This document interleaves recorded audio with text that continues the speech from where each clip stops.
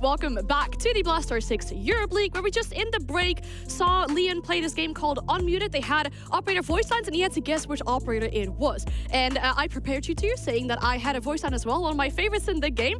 And I want to know if you know who it is from and who says this voice line. They spawn in and they say, do you think I have time to use the bathroom? No idea whatsoever. I've just read it, so I was Googling some voice lines. Yes, I've just read it, so it's a Fabian only one. I have no clue. Well, is it? No, I might not have read it right. It could be wrong. Was it Blitz? Yeah, it was. Yeah, it's Blitz. Yeah. I think it's very funny. It's Blitz. It's a very funny one. Do you have a favorite voice line? You're really gonna make me say this? Yeah. Big fucking hole coming right up. you made me, so like this is not my fault. It's a very nice interaction between both Thermite and Hibana because they both say it as well, right? It's really fun. Yeah. I like it. Yeah. Yeah. I don't have a one. favorite? Can you say it as well, just so I don't feel so alone in this? What am I saying? The same one I did? Say it again then.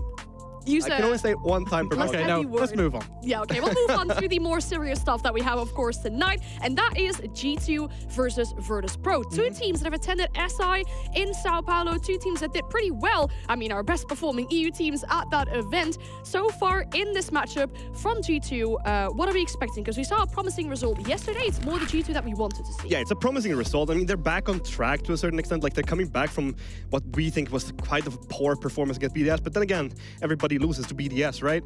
And then Fnatic game was, somewhat. And then yesterday they had the complete demolishing. So we're expecting them to come back now and start doing more things properly and just be themselves. That's what I think we're missing. Yeah, I think so. I think we were looking for a big performance yesterday. We actually managed to speak to Doki and just get a few words from him as well. And I think in the G2 camp, they're quite happy. He obviously said we're pretty happy with the start of the season so far. Fnatic BDS are a lot better than they were last year, so not too concerned to drop some points to them, especially BDS. So that's just a token, about the teams that they've been against and that they're not going to let it actually affect them too much. They had to come out yesterday with a big performance, and that's what they did. Yeah, but Jack, even though they say that they're happy, I kind of haven't enjoyed their gameplay. Like, I think that they've done a lot of mistakes and not playing like the way they used to do and being as dominating. Like, sure, yeah, maybe you didn't have enough break or maybe you didn't have enough time to prepare, but I'm still expecting more of a team with players of this caliber. Yeah. And I think maybe now is when we'll start to see it, or I hope that's when we start seeing it, because it's not been good enough. And maybe they say they're happy. Maybe that's words for us. Maybe that's words for the camera and the people watching. Yeah. But I don't know if that's how they're feeling internally, because I know I wouldn't be happy with that. If that is the same behind closed doors, basically what you're wondering, if they feel the same about that, it's always good to acknowledge that your opponent was better than you in that previous matchup. But they didn't really have a lot of time after SI to prepare for Europe League, similar to Virtus.Pro, of course, having played out SI as well. Their start to the stage so far has been really rough. Yeah, I would like to come in here and say that, Virtus.Pro quality team third at SI, and none of that, is wrong. However, what I will say is they've taken 2 losses out of 2 games. And I think one of the things that we say about Virtus.Pro a lot is that they play maybe an old style of Siege. They play a little bit slow, a little bit old meta, but it's the incredible fundamentals that underpin them. Well, we've not seen those incredible fundamentals. Not at all. What we've seen is micro mistakes made out of the players on an individual basis that keeps costing them rounds. And very little adaptation as well. I mean, we did a telestrator for the last game where they could have just literally rotated their entire team. And did they? No. They stood still for 2 minutes and made nothing happen. So if you're not going to do adaptations and you're not going to do basics, what are you going to do? Well, you're going to lose. And if you go up against G2, you keep this going, you're going to lose even harder. So if they keep up this, I am just going to say 7-0 G2 and be secure about that. Again. I always meme about it, but this time I actually believe it if Virtus.Pro don't pull their stuff together. You made it sound very simple on what Virtus.Pro have to do in order to come out victorious here today. It is simple. That's the worst part. Because if you're that fundamentally based of a team, your fundamentals are great. We know it. We've seen it so many times. So they know exactly what they need. However, when we talk about those players on the side of Virtus.Pro, I feel like everyone on that roster can individually step up and really carry the logs for their team. But 2 players that we want to see more of in these upcoming games have to be Pasha and Always. Yeah, they've had a rough time. I mean, you and me, Jack, we've always been so happy and positive about Pasha because he brings in this free-flowing, a little bit more roam game into their roster. And he's always been super stable, but I don't think we've seen them perform up to the standard that they keep themselves to. Yeah, I mean, especially Always, that level of consistency is what you expect. Pasha, we're going to allow him I would say the freedom to be up and down, because he's the one that's trying to bring the new role into that lineup. He's the one that's trying to bring creative freedom. But always you expect him to be solid in this role, and he's not delivered on that so far. His name is literally always, because he's always consistent. And then, but I also think that Pasha has been kind of brought down by his team a little bit here. Because the role he plays with all that flexibility and all that freedom, if your team isn't playing the basics correctly and the base idea of how we should approach this strategy, his role won't matter, because he's going to be untimed, or it's going to be very alone, or he's going to be let down by them dying before they're supposed to. Just so many things can go wrong, and his position is the one biggest impact from it. So yeah, he needs to step up individually, but the entire roster needs to step up. We know that Virtus.Pro have a lot to work on, but what I'm really curious about is what kind of battleground they have chosen to, well, try and fight G2 on for this map. Let's bring up the map Veto as well. Have a look at where we're heading to. We're heading to Clubhouse. Yeah, this is a nice one, because I think a lot of people will know G2 not as a Clubhouse team. It was a permanent ban when you was there, Fabian. You know, when the team was under you. Couldn't get it all the way through to Game of 8, just couldn't get it down. Since they brought Uno in, especially for SI, G2 have absolutely loved Clubhouse. Won it both times at SI, wanted to go there whenever they could. So they will be very happy with that. It used to be an old adage that you would say never take the Russians to Clubhouse, but I don't think so anymore. VP have been struggling on it. They have been struggling. However, I think the map favors them, not like against G2, but it favors the way that they need to go back to, because this map is so 1, 2, 3 based, right? 1 to 3 steps. You do step 1, you do step 2, you do step 3. And if you struggle with the basics, maybe going back to even harder basics, where literally you have that one thing you have to do, and then you have the second thing to do. You can't mess that up, because it's always the same. And that's what the Russians love. I've heard your prediction 7-0 for G2. What is yours? I think G2 will win. I think VP, potentially will still be struggling with some. It all depends on VP. So 7-1 is what you're saying? Yeah, maybe 7-1. All depends on VP. Can they right their wrongs? Because it is only small micro mistakes we're seeing out of them. It's not hard things. If they just think as a unit, play as a unit that we're so used to seeing, VP could well win this. And they're good enough to change this around. Even in a day. Third place SI, they have it in them. Okay, our players are all ready. It's time to bring back our casters for this game as well. We welcome back Ace and Dez. And Ace, I have a question for you specifically, because you're always so positive about all these teams and all these players. I'm really looking for a spark of hope for Virtus.Pro here, honestly. Well, I mean, coming into stage 1 last year, I said, I like the look of Virtus.Pro. They won both stages. They were number 6 overall. Coming into SI. Do I believe they can turn it around? Of course I do. They've got some of the most experienced players inside of EUL, realistically. We all know what they're capable of. I feel like it's a blip. I feel like it's a matter of time until we see something better out of them. You agree, They'll be saying that until the last game of the calendar year, honestly. They're getting there. They'll be there. They'll get back where they were. We'll keep on open. But the next one might as well be this game. If you two could please take it away for Clubhouse between G2 and Virtus.Pro. Deep breath, Des. Deep breath, Des. My therapist told me I have to practice more breathing exercises to get over your positivity. It's the only way I'm going to get through this game, Tim. Nothing wrong with a bit of positivity, Des. Sulking never solved anything. Yes, Tim. They also told me to say that. Just say yes, Tim, and just say nothing else. Just blank out what you're saying in my ear. Because, Tim, I disagree. I think we look back at the record over the last 6 months. VP are 1-4 on this map, and Fresh said it himself. The old adage was, you don't take a Russian team to Clubhouse. And they used to be the titans of this map. I think back to when we first saw them playing at the top level. They were unstoppable. They were unbelievable, as we always saw old school Team Empire being exactly the same. But looking again at recent history, G2 normally permaban this map away, have very rarely let it through. Virtus.Pro, they love playing it. It's one of their top 4 maps in terms of play rate, all tied at 5 plays, but they lose it a lot. 1-4, as said. So I think G2 here have really seen a weakness in Virtus.Pro and said, you know what? We'll let it through the filter. There's just this one time, then tomorrow it's back to being a permaban again. But as of now, I think they're coming in with a game plan, Tim. Well, we're going to see, Des. We're going to see over what could be the next 7 rounds. It could be the next 15 rounds. Who knows? I've got a feeling this one's going to be a little bit closer than maybe the Des thought. I said it to you last night before we were coming into this. I've just got a feeling that it could be a hard-fought one. I'm not sure Clubhouse is the place for it, though. We will see.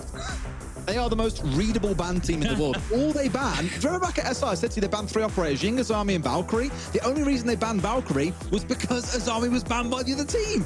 It never changes. And if you know they're going to ban these operators and you know that things aren't going to change, I really think G2 are probably coming here to him with a solid game plan to counter this one. The Capital ban screams to that as well. You bring Capital on this map mainly to get control inside of Garage. I expect to see G2 on the defensive side really playing hard inside of Garage when defending that top floor, and probably fair chance you're going to see Virtus.Pro look really, really stuck trying to make something work without that operator on side.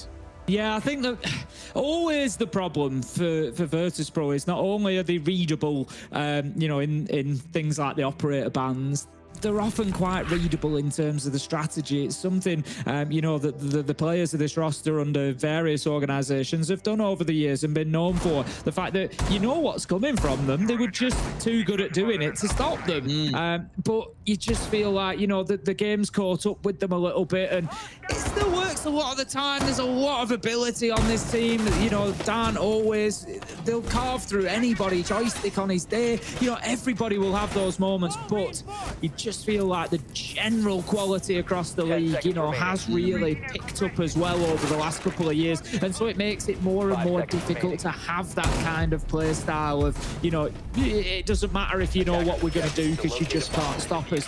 You feel like more and more teams are in a position where they can disrupt that, and that's obviously what G2 are going to try to do today. It's just immediate discomfort. Take them back to the exact same map they played against Secret yesterday and ban away an operator they relied on for 3 of their 6 attacks, right? And I think it's a really good shout to do what they have. It means that the Monty isn't going to be quite as powerful without that assist coming in from the Capital. So again, it will force a different game plan coming out from Virtus.Pro. But now, at least, though, that's not going to slow him down too much. Tim, we've got the Deimos on side. We saw Dan playing this actually on the Church Arsenal site yesterday in both of the rounds that they played it, so no surprise to see that making a return. Any favourite voice lines yourself, Des? Favourite voice line?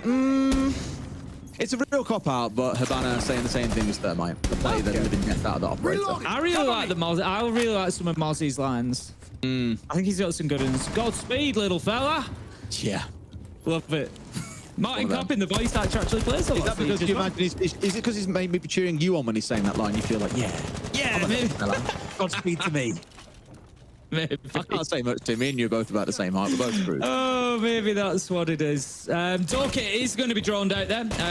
Heavily droned at this point. The thing is, Virtus.Pro need to do something with this. It's all well and good droning him. It's all well and good knowing where he is. That was the kill they needed. Dan comes in, picks up the kill onto Doke, and that leaves us 5 versus 4, and a good start from Virtus.Pro. Halfway through the round, it's now time to start softening sight up. A good long time ago now, I can't remember exactly how long ago, it must have been 18 months or so, Joystick said in an interview when they were playing really slow and they'd drone the same spot 4, 5, 6 times and lose every drone and then just really run out to the clock. He would just say, we're not playing with confidence. We're a little bit like hesitant without pure information. We want to be absolutely sure the play we're about to make is right, and it's meaning we slow down when drones are being chewed out. And in a way, I think that hangover is still an effect in this roster today. And this is what G2 are potentially abusing here with Doki out in the roam as well. Look, they've got 1 drone left in, and that was with half the round still to play. So yes, they've lost the Solis. But Virtus.Pro have got no information to play behind at this point. So I'd start feeling a little bit nervous if I was on their side. Yes, the numbers advantage is with you, but there's a lot of work to do and not a lot of time still to do it. No, exactly that, and it's, you know, much the same as we spoke about. And so in that last match at times, you know, you leave it too late and you're just taking too big a gamble. Shepard does have diffuser in hand, going to be working on those verticals. Ram does a great job of opening up the verticals, as you can see. You know, gives real clear angles, but also comes with risk. You know, it opens them wide up and you're asking to be shot through them sometimes. Wherever you stood, you can generally be seen. But another kill comes in for Virtus.Pro. 5 versus 3, 15 seconds they need to execute onto site here, and G2 starts standing up. Benja finds 1, Benja finds 2, 2 versus 3. Diffuser not in a position to go down, and it looks like they just might have left it too late as Alamay manages to find a double as well. 2 versus 1, nothing always can do, and what looked all the way through like a Virtus.Pro round, 5 versus 3, G2 still come away with it. Real magical stuff, and it's down to those 2 on site as well. Alamau and Benja, a 2-piece each. And I'm with you. For the longest time, it looked like Virtus.Pro with the kills they had were really on there to do something special, but we mentioned them being down to a single drone left in those final 75 seconds or so of the round.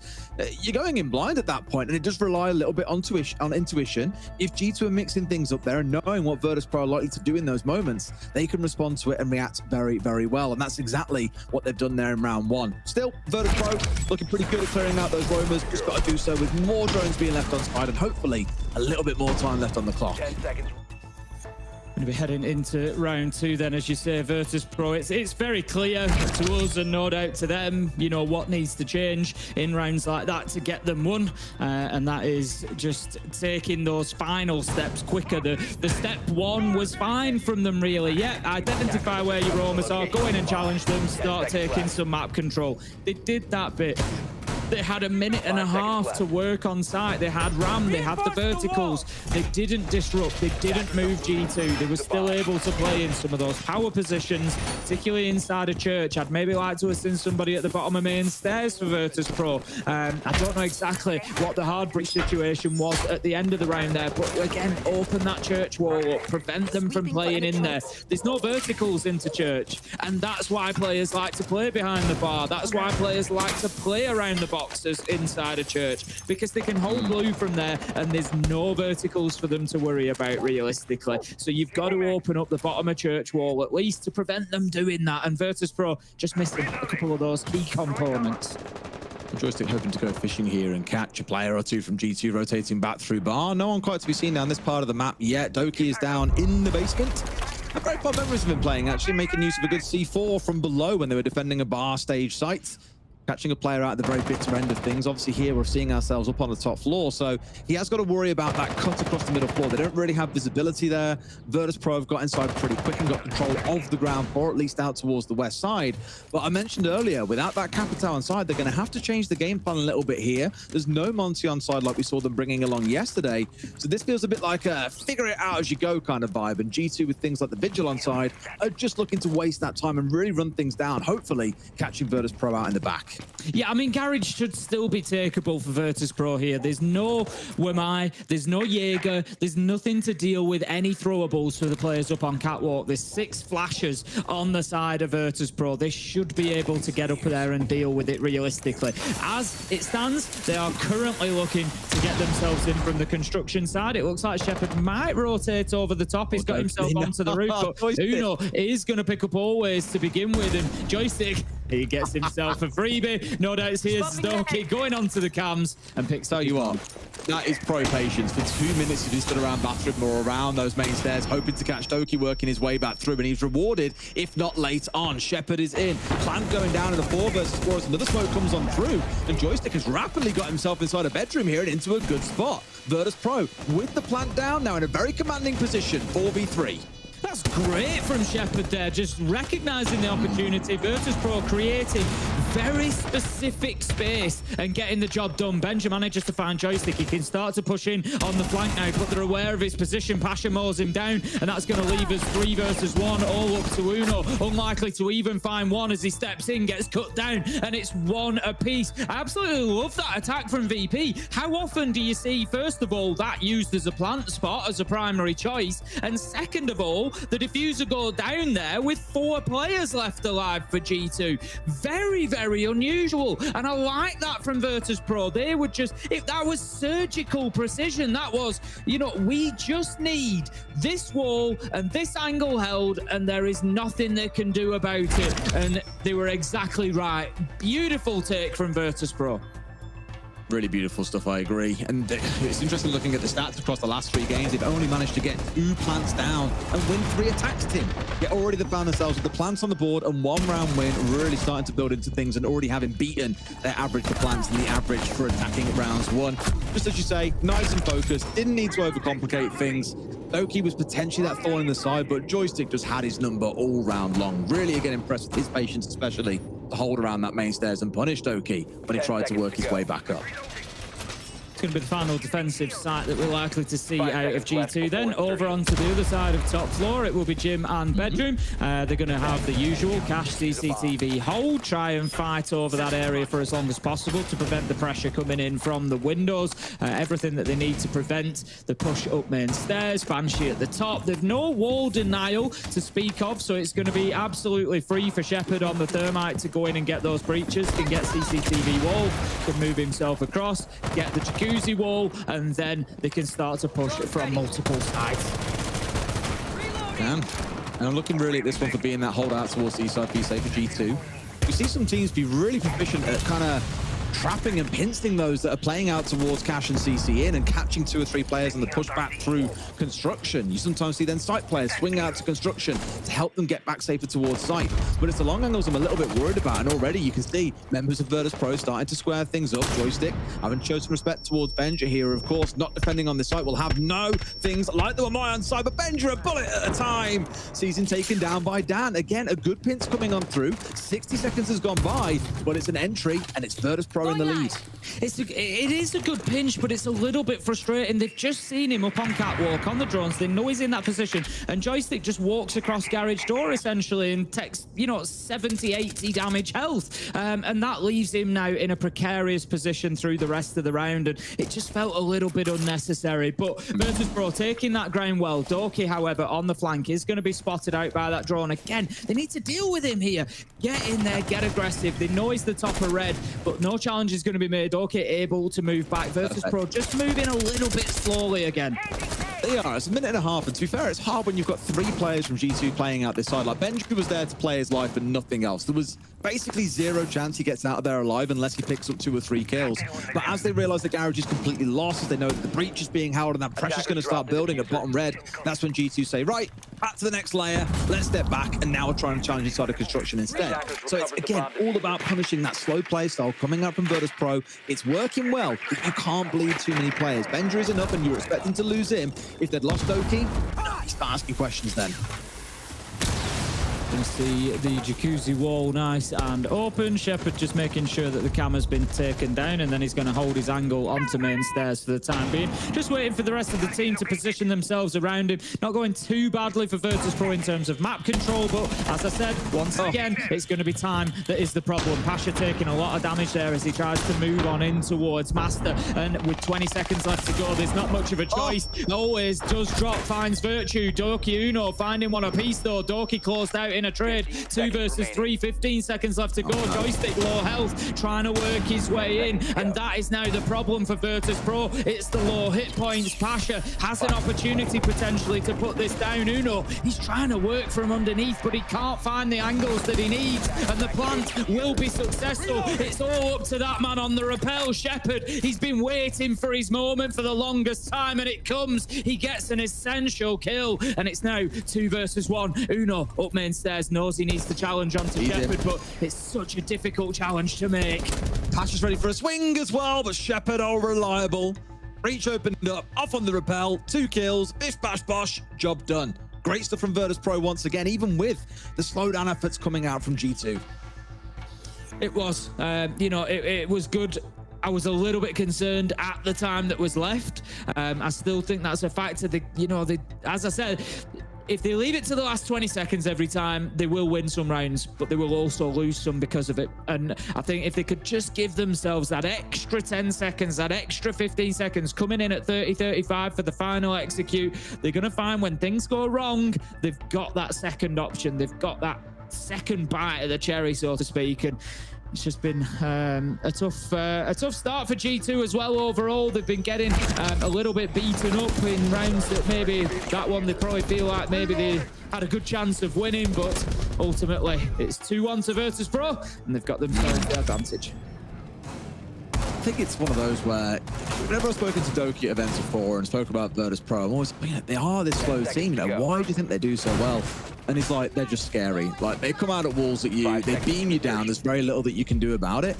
And I feel you're seeing that in this round. Like, they're slow, but they're a slow-moving juggernaut. If you get too close, they're going to chew you up and spit you out. And that's what's happening. G2, you'd argue, like, strategically, are playing this beautifully. They're extending across the map. They're sending roamers out there to keep them slowed down. They're chewing through the vast majority of drones in half the round. They're doing everything to set themselves up for a win. But Virtus.Pro don't need the whole map control. They don't need drones when they can absolutely delete you and get the plant down with the minimal amount of map control. So although it's, again, looking like really G2 should be the ones on top here, it's coming down to Virtus.Pro fundamentally just deleting G2 when the opportunity comes around. Really good stuff. Up 2 attacks so far. A massive improvement on what we've seen from them across the competition so far, and it's against G2. Gonna have one of the Nitros up the old hatch through the window. We do love them. Not gonna get any success if he goes for it at the moment, but Benja just waiting for a little bit of a sound cue to give him the nod to send it in that direction. For the time being, G2 being chased back to site. We see Doke dropping back down there. Virtus.Pro did manage to get kills last time around. Benja maybe overstaying his welcome here, playing very aggressively inside of Kitchen at the moment. I'm not sure how much of that has been recognized by Virtus.Pro, but I think Benja making a good choice there. Half of the round wasted, and he's going to get himself back to safety. Tells me the degree of difficulty there as well with the mute jammer on the door. They can't easily get him and drone him out, so it's just going to slow things down again from the side of Virtus.Pro. It might only be 10 seconds. Those 10 seconds can all add up to a round being won on time. But as you can see, pretty much every player on G2 now is down on site. They've not played out on the roam as aggressively as they have before. There's still very few drones left for the side of Virtus.Pro. So it's a similar sort of situation, but there's more time on the clock, and that only plays in their favor. Yeah, and what I like from Virtus.Pro at the minute is there's been a couple of senses through this round that G2 haven't been able to do what they wanted to do. Benja waiting with the Nitro there. In comes the Ram. He knows he can't stay under the vertical. You know, he was hoping it'd be a book or a sledge and he can pick up the kill when they start opening it. So there's a few things that Virtus.Pro have done that have just prevented G2 doing what they wanted to do. They're going to keep going for this. Once they know that he's shot him off the mirror, they're just going to watch that angle and look for the kill, and that's where it is. Pasha picking up Doke, and they will be able to open church wall. This is a good adaptation from what failed them last time. I mean, Pasha's there going to give you a second chance. As you don't pull that trigger the first time you see his operator outline, he's going to beam you, and that's exactly what he's got away with there. Mirror window open and player destroyed. Joystick finding one more down blue. This is what I keep saying, Tim. They're just so terrifying when it's all about guns up. Dan into another, Virtue into a second, but quite fine. Dan, who marches into a second, who knows, tucked in tight. But the thing is, Tim, I think they know where he is, and with two of them pushing on through, yes, no smokes on side, but they can get away with this in 2 versus 1. Yep, several times now we've seen Uno in that 1vx situation, unable to close it out, and Virtus.Pro doing a better job there of attacking Church and Arsenal. Like I said, there was a number of times through that round where G2 just clearly weren't able to do what they wanted to, aggressive or otherwise, and they were taken out of positions, mirror windows were taken away from them. There was just a lot going for Virtus.Pro, plus problem in round 1 and other rounds has been the amount of time they've been leaving it until, you know, remaining to push for that final execute. This time Virtus.Pro recognized, they adapted. Church was a problem last time. Right, we've opened the wall. They can't play in there comfortably anymore. Time was a problem last time. Right, it's 40 seconds and we're pushing onto site and getting kills. Much better from Virtus.Pro. Yeah, you've got Joystick coming downstairs. You've got Dan pushing his way off oil. There's just always something else that they're able to throw at you with deadly precision as well. Like, you know, Joystick getting that deep in. Yes, you're under pressure from Dan down oil, but to get that deep in and pick off a Melusi who seemed completely aware that that was coming. Yeah, I don't even really fault G2 for that, because you wouldn't normally see a player making a play like that. But Joystick has managed to make it work. Ash has got 2. Joystick found his 1. Yeah, they've just converted the round out so well. And again, G2 can do all they like to run the clock down and burn through drones. It doesn't matter if when it comes down to the gunfights, Virtus.Pro are just going to absolutely delete you. At this point, they're up 3-1. And for G2, I'm kind of surprised not to see them saying, right, we've really got to have a good conversation about this, boys, because something's going horribly wrong.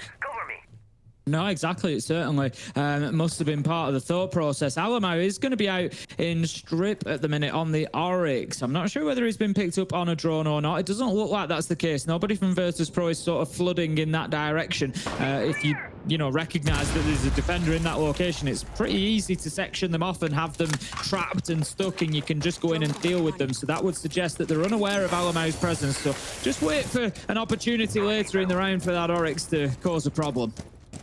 I'm looking at the table on the monitor for a second as well. Obviously, Virtus.Pro are sat down currently in 8th place with just a single point. G2 only on 5. So with this win, yes, there's still a point between them. But Virtus.Pro really do kind of catapult themselves into the midfield here. That battle for 3rd to 6th at least gives you a shot at trying to make some magic happen when we come round to the playoffs. Alamau's still out here, though, looking to do a bit of work. They haven't yet sniffed him out, Tim. But I think they don't really care at this point. Like, the way they controlled Doki back in those early rounds, it could be a similar story here for Alamau as long as they've got tabs on him. Yeah, this is it. And I mean, Alamo's just waiting for that opportunity for a run out. They'll see him, they'll know exactly where he is. There's nobody from Virtus.Pro that's in a position that Alamo can get any joy from. Pasha goes in instead and kills Doki. They know now that it's 5 versus 3 on site because Alamo is out in the cold. Diffuser's going to go down here. Shepard will stick this. Pasha's got a power position. Alamo's down and dealt with. This is great from Virtus.Pro, Des. It's quick. It's decisive. The last couple of rounds, they've looked like a different team. Just looks so composed, and it's been so simple, right? Open wall, see site, plant in sight. That's all it's come down to. All they really got there was a bit of bathroom control. You know, Pasha, sure, walked in and get the entry, but G2 are a little bit thin in key locations they really need to be holding down, and Virtus.Pro are happy to play for trades and just overwhelm them with numbers. And into yet another, Pasha, another 2K coming out. The man's on a mission, Tim. Pasha, please kill him. 9 kills he finds himself on at 9-1. G2 are crumbling. Absolutely crumbling. Yep, Pasha just will not be stopped. And again, Des, I come in saying Virtus.Pro might do all right. And just like last year, people laughed. But here we are. Now, there's a long way to go in this one yet. You know, the side switch is going to be an important one. But the difficulty for G2 at the minute is that Virtus.Pro are doing this on the attack. Clubhouse isn't the worst map for attackers, but you just feel like if Virtus.Pro can get themselves maybe an even better advantage going into the second half, currently 3-1, you know, it could get worse. Sorry, currently 4-1 for them. Could get worse yet. If they go for the 5-1, you got to say they're going to be able to hold on to 2 defenses at this point. You'd hope so, wouldn't you? I mean, I'm always worried about taking judgment too early because I always say, you know, I do it in 2 hours to a game of Siege. We could see G2 come out and just be far too fast for Virtus.Pro to be able to deal with in the second half, and they'll be the ones struggling to get rounds on the board. It could end up careering us close towards either a full regulation play out or even in towards overtime. But it does just feel that as much as and the thing that makes me think that is G2 have done all the right things, like I keep on saying. They've played a good drone game. They've taken drones out consistently. They've really made sure that Virtus.Pro are in as a weaker position as possible coming into the execute. But Virtus.Pro have just got that really annoying habit where every player is just so good that when they start moving forwards, they'll win the gunfights regardless of what advantage you've got set up. And so I'm always like, okay, G2 are playing it right, but not winning the gunfights. What does that say for the second half? Between them at the moment, Dan and Pasha are 16-4. Absolutely ridiculous from them two. They are steamroller in G2 right now, particularly over the last couple of rounds. Doki is going to be picked up on the drone as the soloist. Going to be forced away. We've seen him dealt with and cut down on the roam previously. Whether they're able to do the same thing here, Virtus.Pro again moving pretty quickly. Going to be spraying through that construction wall, looking to get aggressive in towards logistics. There is just absolutely no place for the G2 roamers to breathe. Oh, he's got no idea. However, Benja has flipped the net. It's really the first time it feels like that actually not having any drones left is actually going to punish Virtus.Pro, because we saw them sniffing down Doki, for example. Speak of the devil, one goes down, sees his man, pull the trigger. Oh, Benja, no, not like this. That was the only freebie you'll be given. I joked about it earlier on that Pasha wouldn't give you a second opportunity. Benja's finding out now that Dan doesn't either. Every mistake is just punished to the full extent, it feels. Yeah, Virtus.Pro have got away with one there. Sloppy droning has allowed Benja to sort of slip through the net, as you said, and he just misses his shots. It's as simple as that. He lands a couple, but just doesn't manage to bounce up to the head, and Virtus.Pro are able to get themselves away, at least for the time being, from danger. But 4 versus 4, 1 minute 15. It feels like one of those rounds that's going to be coming down to those final 10-15 seconds again. You might look at this and say, yeah, they've got the RAM. That's the, there's no sledge, there's no buck on side, for example. That floor is not going to be so easy to chew up. Joystick is really the main one to look at here as well, with 2 of those breaching charges, 2 breaching rounds inside as well. He can do the work that RAM needs to do. Yeah, definitely not as effectively, but they've still got that vertical destructive capability. And that, I think, is what's going to really threaten them, as we've seen before. He pulls this down, finds one out, though. This could be huge. Down goes Shepard. Right idea. There was a man right above at this point. Benja has to win this 1v1. And Pasha, up to 10-1 he goes. He is feeling it today, Tim. Yeah, Pasha just will not be stopped. Final 30 coming up. They're going to open the wall into Church. So this site is going to resemble a piece of Swiss cheese by the time that Virtus.Pro are done. There's not going to be many hiding places for G2 here. Dan, however, is super low health and he's in a key position trying to push in from blue. Joystick just looking to move in. He is just under some stun effects there, waiting for them to wear off, and that is an important kill. Alamo picks up the first, Uno the second. It's 1 versus 3, and G2, they've got themselves into it. Virtue, he finishes it off, and G2 managed to get themselves at least the 2-4 split. Not the end of the world for them, but certainly not a perfect start by any means. That's the kind of round you'd expect to see throughout pretty much all of that first half, to be honest, because again, Virtus.Pro found themselves chewed down when it's on drones, where it's on time, sometimes losing out on the initial player. Whatever it might be, they've always been arriving at site with insufficient resources. They've always managed to commandeer and get it over the line. That's the first time I think we've really seen G2, starting with Benja upstairs. Yes, he whiffs the shots and doesn't get the kill, but had the ability to go undroned and potentially get a kill for his team. An equally similar story for Uno playing in back Arsenal. He got himself 2 kills sat there as well. And Virtus.Pro were just running into a meat grinder, essentially.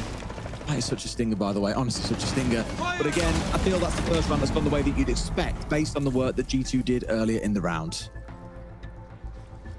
Great kill from Pasha, that one. You really do expect him to walk down into trouble there, but unfortunately for Virtus.Pro, it just wasn't enough come the end. So we go through the side switch. Virtus.Pro move on to the defense, and they are going to be looking at Church and Arsenal, as Fresh and Fabian said before the day began. Before that first matchup, they did a wonderful illustration section where they looked at this particular site, its potential plant spots, but also spoke about the strength for defenders on this site.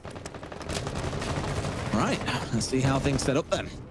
I think we've seen both teams sort of lack on the ability to dig in up here. You're kind of playing the player there with the expectation they are going to lose their life playing up there. Yes, Joystick's on side, but it's not this top floor site, so why would you want to commit all your magnets up there?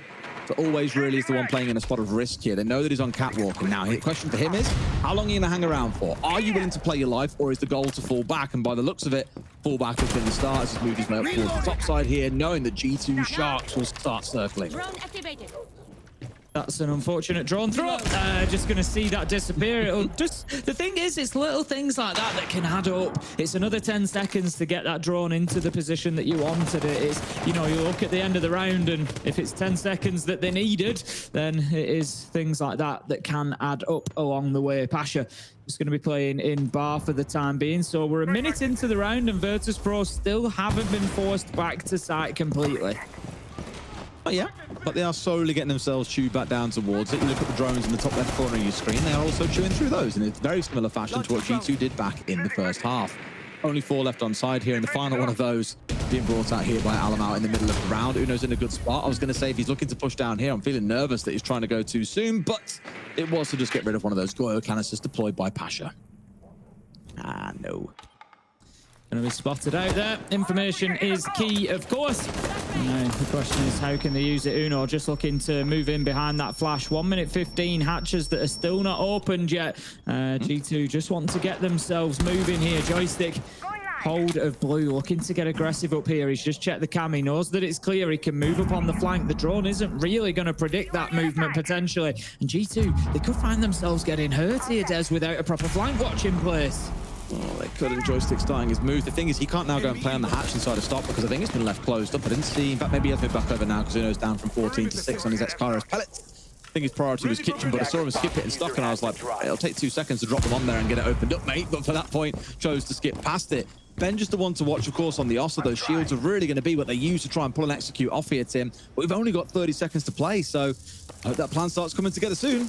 Yep, they're aware of Joystick's position in there, and it hits the deck, goes prone, tries to avoid that kill coming in. He's going to be ruining the missed shots that he had on Virtue that allows him to come through and pick him up as an entry. 15 seconds left to go, though. It is going to be a problem. It is going to be a rush. G2 find a couple of kills, but unfortunately, Uno picks one of his own up along the way, makes up for it with a double, though. It's all up to Always. Alamo shuts him down, and G2 just go in there with raw gunpower and get the round won. It's 4-3, and this bit's every bit as close as we had hoped. Imagine if they'd lost that off the back of Doki not being inside of sight anymore. He was challenging onto Minibar, but Uno rounds the corner in blue and gets the team kill across. And I was like, no. We spoke about this a couple of weeks ago, I think, actually, how at this level of play, we've seen some interesting team kills over the years because pros will just hold an angle. That pixel changes color, they're shooting. And in that case, Uno's rounded the corner, target acquisition, looks like an operator, kill operator. And unfortunately, it was a teammate, but they get it over the finish line. As you say, Tim, more than made up for it with those couple of kills that came on through. Good start, at least in the first attacking round from G2, even with Virtus.Pro wasting a good bit of their time. Like I say, 2 halves to a game of Siege, Tim. This could be far closer than we anticipate. Yeah, Uno's having a decent day so far, not too bad at all for him. A couple of important kills, as you say, in that one, so I think the team kill can well be forgiven. 4-3 then, as G2 get themselves the successful first attack, and it looks like it is going to be an attacker's day on Clubhouse. Virtus.Pro just struggling to hold on to that one, despite doing good work and burning down a lot of time. You just feel Joystick got himself sort of caught out in the cold a little bit there. He did have the Wamai Magnet in, but it didn't stop him getting flashed.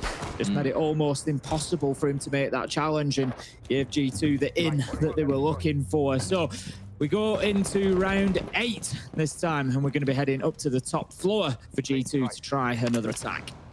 Really interesting comp coming out from them overall, I think, here. You know, we saw a lot of thermite and core from Shepard back in that first half to look at getting these big double walls opened up on the external side of things. Here, though, it's a Maverick because they don't want to deal with the electrification coming out. Didn't want to have to bring a Thatcher, for example. So you got Virtue on side for that one. Doki playing on the, although we say hard breach, it's not really a hard breach supportive role. You know, G2 spoke about this before, that it's more about once your Salmons have been deployed, you are then basically free to go and play entry. And so G2, at least Doki quite early on, will look to make use of those Salmons, get some walls opened up, and then start their march on forward. Of course, conscious again that Cash and CC is going to be a thing. Everyone's eyes, though, I know it's definitely on Uno and Alamau here, Tim, because those smokes in the back pockets, along with that glass, is the win condition. Just looking to clear off the electrification from behind the walls there so that the Selma chargers can come out. But this is the problem with using the Maverick holes. The impact nade goes out, clears off the Selma charge, and that's going to allow Dan to keep himself in place with the TCSG up on the catwalk. So G2 not doing a great job so far of really disrupting Virtus.Pro on this. Instead, they're just going to go up main. Doki's looking to get aggressive, has to run through a ton of utility to get himself on into logistics, and it's actually Always that picks up the opener. And right now, it's falling apart. All G2 have is logistics, and Des, it won't be enough. It won't, no. They have such good steam running in there, but then quite literally ran out of it. Doki ran in there expecting to find a party. It turns out the lights are off and everyone's gone home. And then Virtus.Pro just like, okay, just start killing fools that are running into wars, and 3 of them fall. It had the same kind of pace and hit as Virtus.Pro, but just a little bit more chaotic. And so G2 not quite able to pull off an attack with the same efficacy. Looks like they're going to find themselves falling short in this round. Yeah, I don't know if maybe G2 were, you know, struggling to get that wall open to CCTV. They didn't have the map control that they wanted, and it was just a pivot to say, look, maybe we can just get aggressive here and get something going. Uno manages to find one, but it's unlikely to be enough. It leaves him 1 versus 4. It's going to have to be an ace clutch to get anything out of this round, and they're playing it smart. He's downed. He can think a boost to pick himself up, but he knows that the game is up as Always runs through. He picks up the final kill. That's going to be Virtus.Pro going 5-3. Indeed it is. We did see the first start of the first half go 1-on-1 quite early on, then the team really started to run away with it. Virtus.Pro, of course, being that team. I think that one was a bit of a smash and grab Hail Mary from G2. They thought that they knew what was going on, but as you saw, this mad charge in towards Logi, 2-3 players all descending on it, just had absolutely nothing to find. And those that did try and work their way through rotates or in towards site were very quickly picked off and dispatched of. So I want to say a nice attempt, but it wasn't really. Virtus.Pro just looking extremely comfortable in that round, by themselves at 5-3. So G2, they're going to say, well, okay, let's give this another spin. Let's see what we can do here, attacking into the downstairs. We've already found ourselves successful down there once. Why not again? It's one of those plays that I'm always kind of careful of being critical of, because it didn't work. So it's easy for us. It didn't work, so it's easy for us to say, well, you know, it's a tough part of the game to take that sort of gamble. You know, 2 rounds down, Virtus.Pro are 5-3 up. You know, maybe it's the sort of gamble you take when you're ahead. But equally, if they go in and win the round, then we're talking like the geniuses, and they've seen a gap and they've gone in and smashed it wide open. So, you know, it is what it is. G2, they threw the dice. It didn't work out for them. It's not the end of the world. They move on. They're going to be attacking again here onto basement, looking to try and get something going, but Virtus.Pro doing well so far. Absolutely, and may well continue. Alamal's onto the Monty. It's always a bit of a sign that things aren't looking too great. A few jokes historically across tournaments that when he's getting across onto the Monty, it's a sign that things aren't going well. And has to try and slow things down. At least at this point, it's feeling that way to him. As we said, round 9, well, I've said this so many times, round 9 is one of those critical rounds. You're either up at 6-3 with a mountain to climb, or you've got 5-4 and things still feel incredibly close. So it is a big one for G2 to win. They've done it once already, but there's been a bit of a change in game plan coming out from Virtus.Pro too, in terms of the operators they've brought along. Bomb located by attackers. Yeah, Dan is going to be on the Warden, very important operator over the last couple of months. He's sort of grown and grown in importance. Just so valuable against operators banned out here, but like the Ying, you know, anybody bringing any sort of flashes, any sort of smokes, and just trying to create that space for a plant. The Warden really does just prevent that and make it very, very difficult to work through. Going to have Uno opening up the kitchen hatch from the window for the time being, so this is better from G2. I like this. You know, they more time. Last time they were attacking onto this site, again, it was kind of like the first time Virtus.Pro did. It was very late in the round that they were having to push in. They did win the gunfights, but it is just that risk of not winning them. This time, they're going to be ahead of the clock. Still a minute 30. Hatch has been opened. Good progress. That's good so far. It's always that drone count that I'm looking at as well, because both teams have been very adept at getting rid of each other's drones pretty early on in the round, to be honest, and leaving them a little bit info-starved, which is maybe why you're also seeing the Monty being brought along here, as it will help with that. Dirt push is abound. Alamal leading the charge. Benja, would you rather have any other player at your back on this push through? Thing is, they've got to try and work their way through. 2 more smoke canisters is one thing to consider, and then get in for one side to be able to execute off the back of. This could be a really excruciating 30 seconds for G2. Yeah, exactly that. They're literally going to be down to maybe 30, 20 seconds remaining. Alamau has been able to push through that, taking a little bit of damage, but not the end of the world. Flash is going ahead of him again to just try and push his progress forward. It's going to be, like we said, down at about the 30, maybe 25-second remaining mark before Alamau can make any serious progress here. And the rest of G2 are just kind of locked in position, waiting for him to move. And he is still going to come up against the smoke there, pings him out. Going to look to do a bit of damage, anything he can, but Benja picks up the kill. They bounce in either direction, Des. Through about 20 seconds left to go, 3 versus 2, and this round is going G2's way as Doki wakes up in the round, gets himself a triple, and that is that as Benja finds the final one. Doki has been so quiet all night, but steps up when G2 need him most. Really creates some space, drops a few bodies, and all of a sudden, it's now 5-4. It has been tough. He's been down at 2 and 8. I think he's been 1 and 3 on entry as well. It's not been his day so far, but when you need him most, Scotsman shows up. Really quite a simple attack as well. We were praising Virtus.Pro for this, the same sort of thing for G2. Coming in through dirt, one player playing on kitchen, drops in at the same time the push comes on through. Defenders are a bit torn on, okay, where the hell should I actually be holding here? And they do so at enough pace that the remaining members of Virtus.Pro sort of have to scramble. You know, 2 players going down inside of the long corridor, 1 coming down and they're pushing through blue, and a lot of that off the back of Doki. If that round had gone how pretty much every other round has gone this game, where Virtus.Pro have really got guns up and are taking your life, you know, 1 for 1 quite consistently, I think that falls apart, but enough work has been done. We're going to be heading into a really key round here, round 10 in this case. If Virtus.Pro can get this defense locked down of CCTV and Cash, they give themselves breathing space. They've got 2 attempts then to close this one out. But by contrast, they have been, you know, sort of pushing themselves ahead throughout this game. G2 have been chasing it the whole time. You feel like if G2 get this round, it feels like they've finally caught up. They've finally got there. The chance might actually be theirs now that they're on the attack as well. So we'll see just which way this goes, but it feels like a big round for the mental. Shepard takes out the mirror window. Out goes the nitro. It was very close timing, but no, it was too late and it didn't stop the breach. Now is they keep on playing this game, but you know, Doki's focus here, I don't think so much is getting this breach opened up, at least with the way that he's placing all of these ex-Kairos. It will give a strong line right across where he can see and control everything, and control it he does. Dan is offline.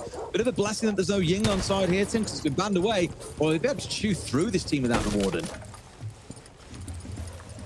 It's a good entry for G2. It's exactly what they've been needing. As you said, the stats haven't been great for Doki so far, particularly on the entry. Joystick is in this position again, already lost his life in blue on a different round, but this time he's going to move himself into lower garage. Surely he's going to be dealt with. They know that he's there. It's Uno to pick him up at range. 5 versus 3, and G2, they've got this game in the palm of the hand almost here. If they can get this one to 5-5, they've got so much momentum now. You feel like they can push on and maybe get themselves that full 3 points. If it goes 5-5, it feels like G2 are the more likely of the two to win.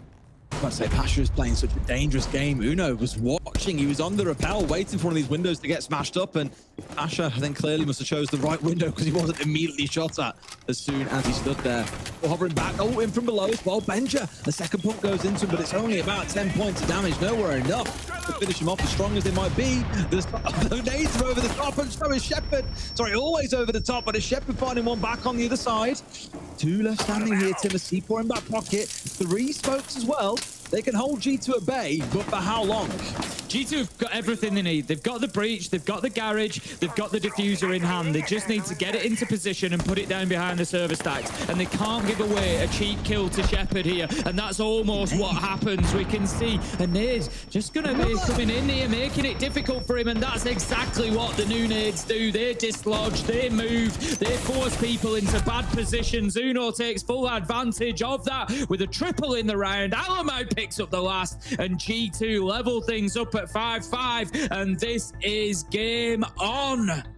Really shining here as well. Uno, a 3K in round 7. Doki, a 3K in round 9. Uno, a 3K in round 10. Really making themselves be heard and stood up. And this is what I mentioned back in that first half. Losing all those gunfights, sure, it's really working against you. I'll say it again. 2 halves to a game of Siege. You are seeing a very different gameplay out here compared to what we saw in the first. Maybe you'd wager that the attackers consistently have been the stronger part of the 2 sides, of course. That's what we're seeing. It's the attackers that are coming out on top.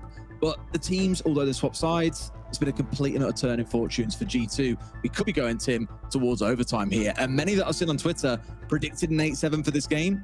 It feels like we're going that way.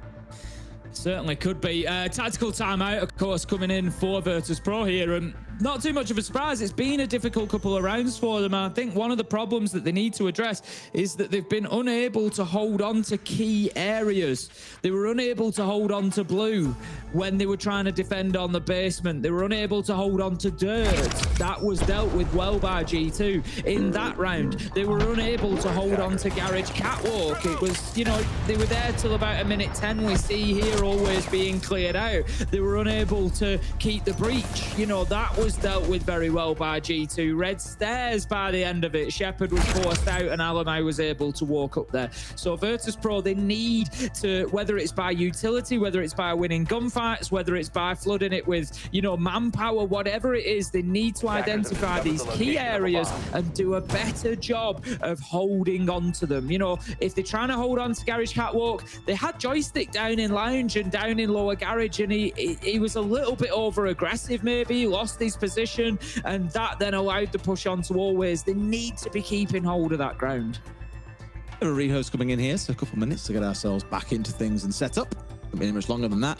It's a good point to pause though, because as you say, Tim, at 5-5, it's been that back and forth pull. We don't know which way this can close out. You can assume that G2 will be the one with the advantage going into these last 2 rounds of regulation, given they are on that attacking side, but we've seen both teams really fight at different points and get different outcomes.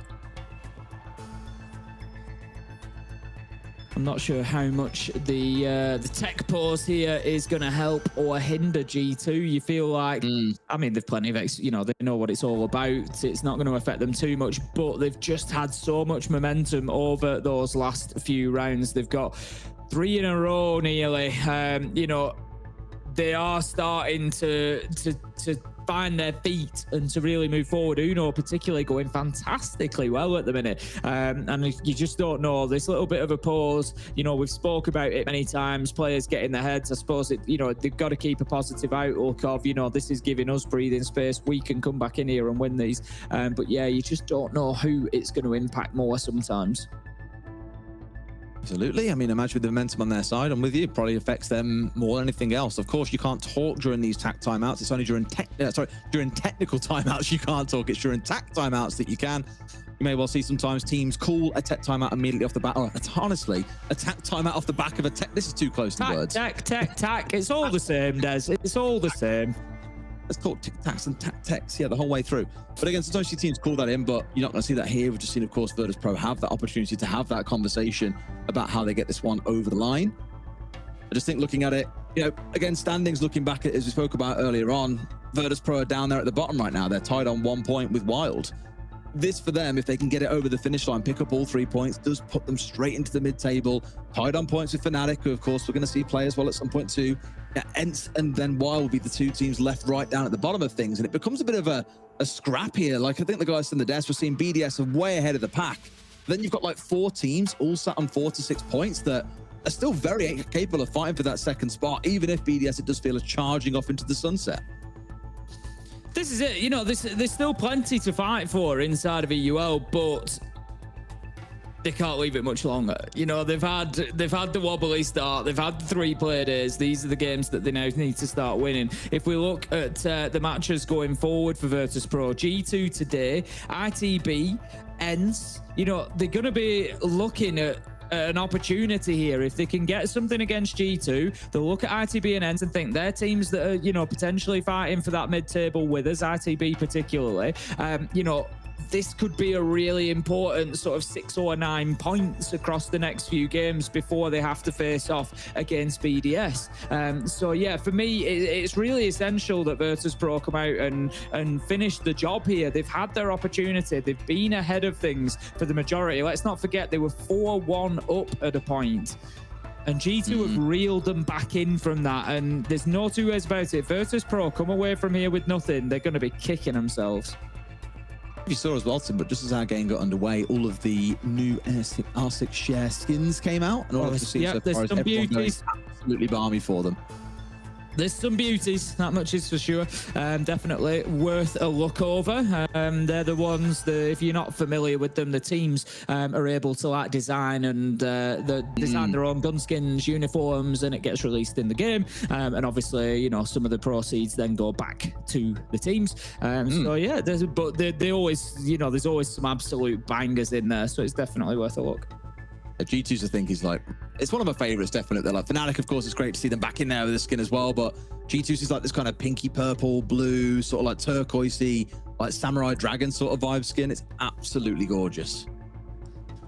We are, of course, just in a technical timeout at the minute, just undergoing a little bit of a rehost. I think it was one of the G2 players that maybe had an issue. I think I caught that in the old chat just before we left the game. So we'll be getting that sorted out. It looks to me like Virtue's just shaping up there. I think the players look like they're getting themselves back into position and back ready to go. So my guess would be that we're not going to be too far away from getting back underway. Well, Tim, you know what? We can talk about this game to death, or we can go off topic and do what we do in Japan and have a little bit of a mini podcast on the go. What do you want to talk about? I'll pick the last few topics. What did we go through last time? It was about bakery goods. It always ends up at food with us, to be honest, Des. I haven't had dinner yet, and that's what I'm now thinking. Food is on the mind.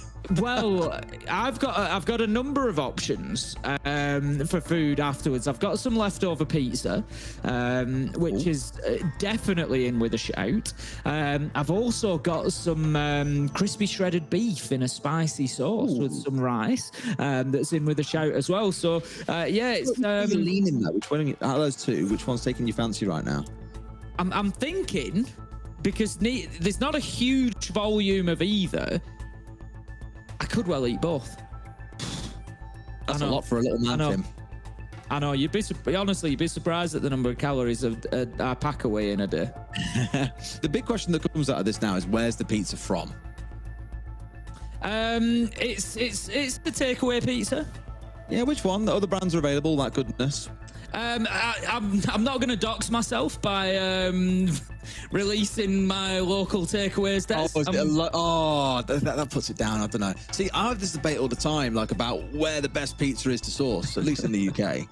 But if it's a local one, then I'm suddenly quite concerned for your health, to be honest. They never really seem to be in the... they're good. They're good. They'll be good. Don't you worry. It's good stuff. I mean, to be fair, I am a big fan of a homemade pizza as well. I've not done it for a little while, but I do like to make my own pizza, do the dough and everything. It's a little bit of a time sink because your dough takes a couple of hours to rise and everything else, but they are really, really good. I've done my own stuffed crust as well, and I tell you, one of my real key tricks for pizza is always make your own tomato sauce base. Don't just use tomato puree. Make it, if you have a look online, you'll find a few recipes. It just needs a few things added. And usually I'll do a tomato puree, I'll add a bit of water, thin it out, some garlic, onion, a couple of bits like that, makes it absolutely banging. But sometimes I'll substitute out the tomato sauce and I'll just use chili instead. So I'll make a chili and I'll use that as the base, and then I'll put like my toppings, pepperoni, a little bit of chicken, a little bit of cheese and stuff.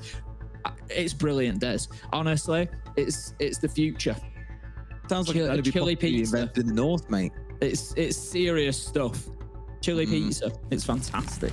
I'm not buying it, but I'm willing to let you give it a go at some point. I mean, I'll give it a go, and if I drop dead right in front of you, then you know it's a bad idea. You'll love it. It'll blow your mind. We'll see. We'll see about that, Tim. We will see. However, we are back into things. Round 11 is underway. Up to Cash and CC. If you're just joining in, hello, welcome back to the game. This one, of course, we saw sit pretty strong towards Virtus.Pro in the first half. 4 and 2 could have been far more decisive.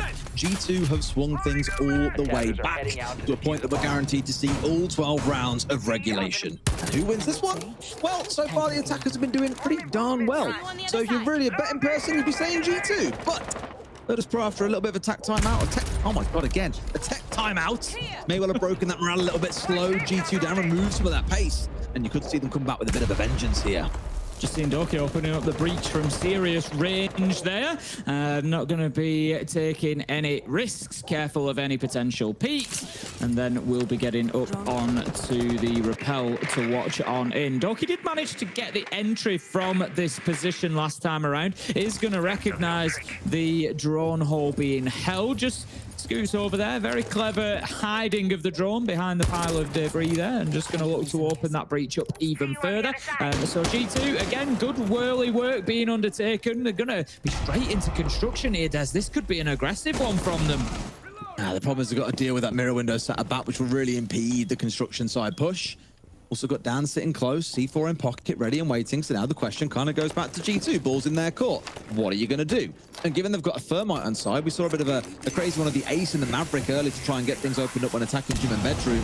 But at least here, bringing along the Thermite, making things easy to get these 4 walls opened up, might really start to unlock things. And Dan, who was on the ward and pinned inside a cache, has been caught out by Benja from inside a construction. Yeah, it's a good early pickup, but it's the mirror window at the top of red that is going to continue causing problems for the time being. It's going to prevent that push coming in through Cash. They don't have the breach as a walkable breach. They don't have garage control just yet either. So still a bit of work for G2 to do here. I don't think there's anybody. Yeah, I was going to say, I'm not sure if there's anybody from Virtus.Pro on catwalk, but always is there. And he can challenge from there onto construction. Pasha picking up Benja in a big kill as well. I was going to say, Benja can really try and risk it here to get it. There's no one playing on the west side of sites. No one can shoot this off the wall. However, there's someone playing below that shot it off instead, Tim. And Pasha, at the exact moment that Benja has swung, has domed him. Pasha, by the way, 14 and 5 so far in this game as a result of that kill. Pasha's actually done a great job there of just absorbing all that utility. Those smoke canisters are gone, and they've gained absolutely nothing from it of G2 because the smoke, the toxic smoke went out from Pasha to prevent the push forward. Joystick finds Doki out underneath, retakes Lounge, knows there's another coming but cannot find the kill. Alamau on the book manages to pick him up. 24 seconds left to go. G2 need to move. It's a crucial thing. They didn't realize that they had Joystick playing downstairs and trying to deny from below. And now they're secured that. Alamau can pressure up red. He's got flashbangs in hand. So suddenly Pasha isn't so invincible. But I think Alamau just full flashed himself. They smoke the stairs. They hold on. And Tim, there's no time. Alamau's moving up, but he's inside of the smoke and he's gone. Virtus.Pro claim that second critical defensive round they need. And they've got G2 on the ropes. The relocation by Always there was key. Just giving that back up to Pasha. And he picked up 2 kills at the end of the round that really helped Virtus.Pro get it done. G2 just running out of options. And if you remember, a minute and a half before that, Des had said the mirror position at the top of red is the problem for G2. And this time they had no answers because CCTV breach was not opened, because all they're doing is using lines of sight on there. There's no opportunity for somebody to peek in and pressure red. They didn't have garage. Normally you get catwalk, you can play on the garage window, get a line of sight down red. A number of things that they could do to prevent Pasha playing in that position. They chose not to.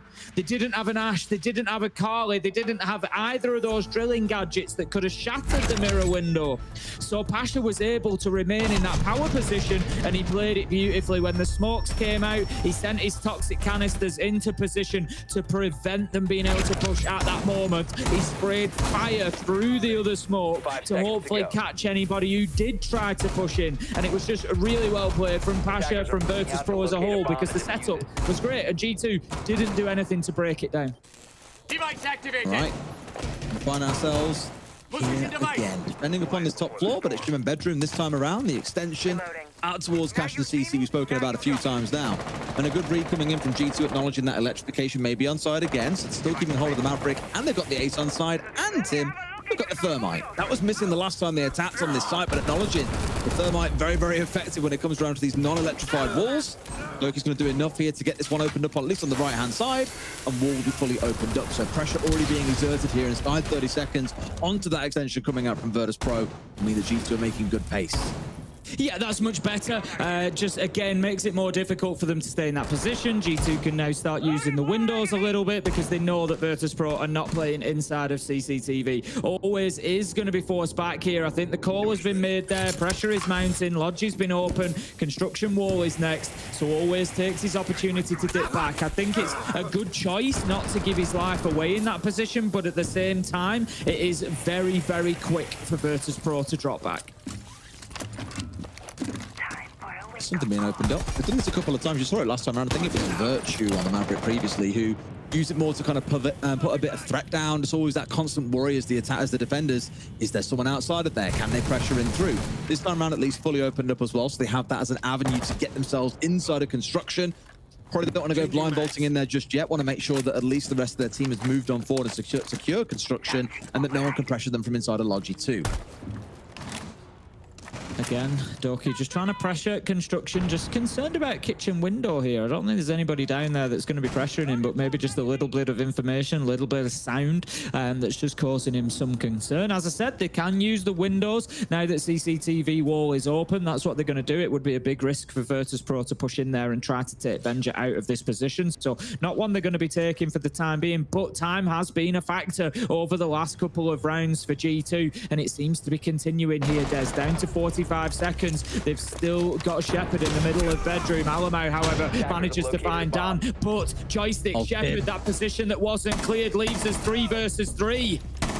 At this point, they've got to make something happen. G2 is down to Doki and Benja to clutch out big time. Otherwise, they win in regulation. That's what they need. A killer piece as well. The two boys have done it. Always to hold. He's got the right idea. He can see these icons going off. That's information for him to know where G2 have pushed him from. Right idea. Red pin is coming on through. He's in behind. Always has found one. And Doki's got 15 seconds to make this work. Will he get away with it? Always rounding in and stays the head. G2 are going to fall at the hands of Virtus.Pro. Always in a 1 versus 2 there. Comes in clutch for Virtus.Pro. He had a slow start to the game, but through that second half, he had some critical moments, and that could be a critical 3 points for Virtus.Pro. Whew. I mean, there was expectations this might prove to be a little, maybe not by the desk, but proven to be a little bit of a banger. And it's proven to go that way, but maybe not the way that most people would have predicted. Virtus.Pro, as we said, looks a bit shaky as things kind of warmed into it, Tim. But G2 are now themselves going to be asking questions. They're sat in the middle of the pack after this play day. It's going to be a real war to fight for that second spot, and that's not what anyone expected, given their performance at SI. Some people backed Virtus.Pro, Des. Some people suggested some person suggested that there could be a performance coming out of Virtus.Pro, and there it was. No, to be fair, joking aside, like Virtus.Pro dealt with a couple of the issues that they'd had. The time factor particularly, in a number of their attacks, they were aggressive, they were decisive, and they got in and got the job done. And they deserve the credit for that because it was a good performance. Well, I'm sure there's going to be a lot to say on the desk about this one, so let's go over to Anne and the guys to break it down.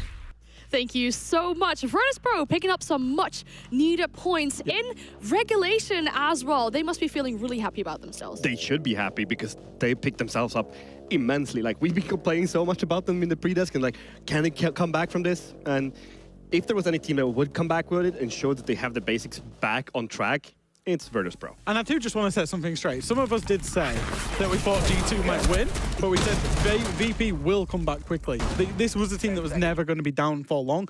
So is it a surprise that VP win? No. Win against G2? No, not really. I think this is, when VP are on it, they are very clearly a top team in the world. They were top 3 at 6th Invitational, right? It was only a case of when are VP going to fix their mistakes rather than if VP are going to fix their mistakes. And I think we saw both teams getting to the level what we kind of expected of them today. Like, this is the level we are expecting of Virtus.Pro every game. And well, maybe G2 is still falling a bit short, but we were seeing some wonky combination of operators, but it fits their style. So maybe you question it at home, but it's more of their play style than anything else. Oh, yeah? Yeah, because Oryx on a gym defense, okay, well, Solace is open and I'm not Fenrir is going open. to defend that. No? Okay. Mostly in attacks. Glass?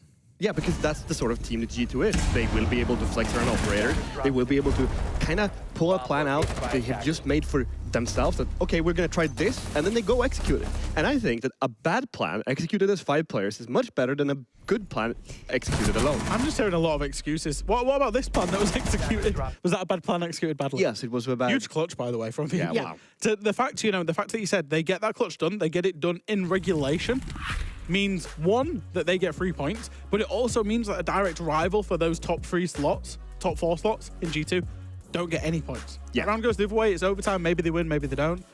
3 points is massive. It's absolutely incredible. We look at the round path as well, or the round history for this matchup as well. Virtus.Pro having a great start on their own attacks. Virtus.Pro sometimes can be really slow, which really cost them on their attack specifically, but being on Clubhouse helped them a lot with that. I think the map really played into their favor because we saw what they were doing. They were doing a lot of direct stuff where those mistakes that they've been committing earlier, they aren't allowed to happen because simply they can't. So they didn't allow any mistakes. And it punished G2 massively because, again, you said they played wonky operators in defense. You're kind of right. I was kind of right. Wonky operators, and I think a little bit of wonky approach from G2 as well, really allowing Virtus.Pro. We're not used to seeing G2 allow teams set up and execute, whereas G2 actually allowed Virtus.Pro to set up and execute when Virtus.Pro were on the attack. And I don't think G2 get it wrong strategically a lot. I think maybe they will look back at this and go, we should have tried to really unsettle Virtus.Pro earlier on in the round because of the issues they'd already been making and try and compound that. But that could also come from them expecting Virtus.Pro to struggle the way they have been previously in this stage. So it's like they let them execute because they've seen that they're making so many mistakes in their executes. Just take that. We had it on the Telestrator. The one round where they're attacking meeting and they're doing everything wrong. Well, if you go up and do that against G2, they'll punish you even harder probably. Yeah. And they thought that maybe that's the way we can win this game by letting Virtus.Pro execute. We'll punish all their mistakes because they're making a ton of them. Only Virtus.Pro didn't make any mistakes this time. That's my question though as well. We saw Virtus.Pro make way less mistakes than they did before. Is it too early to say that Virtus.Pro is back, or is this something that could happen in future games as well? I think where I'm leaning to, I don't know if you're leaning to it, is that the last 2 games of Virtus.Pro were a blip. And I think I agree. Because this roster has been so stable for such a long amount of time, that if you look at that over a big, long period, 2 games is a drop in the ocean for this roster. Sure, in this season, it seems like a bigger issue. But yeah, I think I would say Virtus.Pro back. Yeah, I think definitely that they're back on track. As you said, a blip in the ocean, that's it. We're going to see much better from them from now on. Well, 2 players that are specifically back as well. We talked about Pasha and Always in the pre-show, saying, okay, these 2 players really need to step up. They've definitely done that today. Yeah, it's funny when you pick out 2 players and like, they really need to step up. And then what do? They have a massive performance from both of them. I mean, Pasha going plus 10 is incredible. And then we see Always with that last round clutch, 1-on-2. Wow, it's just that stuff that you need, When you're having these rough games, not only would this bring confidence in them from themselves, it also brings confidence to the rest of the team, seeing that now everybody's able to take a step up and prove to us that, hey, we are one of the best teams in the world. Do you know what I love about working with you, Fabian? Is you say the things that I'm going to say, and I probably do it to you as well. You do it all the time. Confidence is the It's huge so annoying. word. It's really annoying, isn't it? Confidence is a huge word, especially for Always. Yeah. Because he's looked a little bit down and out so far this stage. He's looked a little bit low on confidence. That 1v2 at the end will really, I think, for him personally, ignite his season. Fabian, at least you can't see what Fresh has to say prior to the games because you blocked him. Yeah, this is what he gets. He was rude and not very kind. I wasn't rude. I just wouldn't retweet something you wanted me to retweet. Yeah, that was very rude of you. Right, okay. Okay, well, after this close game, I think we need a bit of a break. So there's two things that you can do right now. You can grab yourself a few drinks and snacks. I'm going to try my very best not to mispronounce it this time. Something you can also do is have a look at the new skins that got released as well. I mean, that maybe was a part of why this whole blocking thing got over yeah, on don't ask us our Twitter. favorite skins. Yeah, my favorite skin, PSG Tal ones. You should buy it.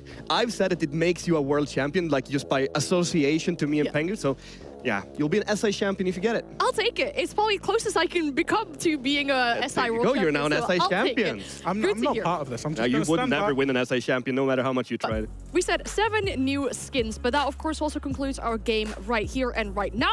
After a break, we have our semi-French derby coming up, and we'll enlighten you to everything that you need to know of that after a break.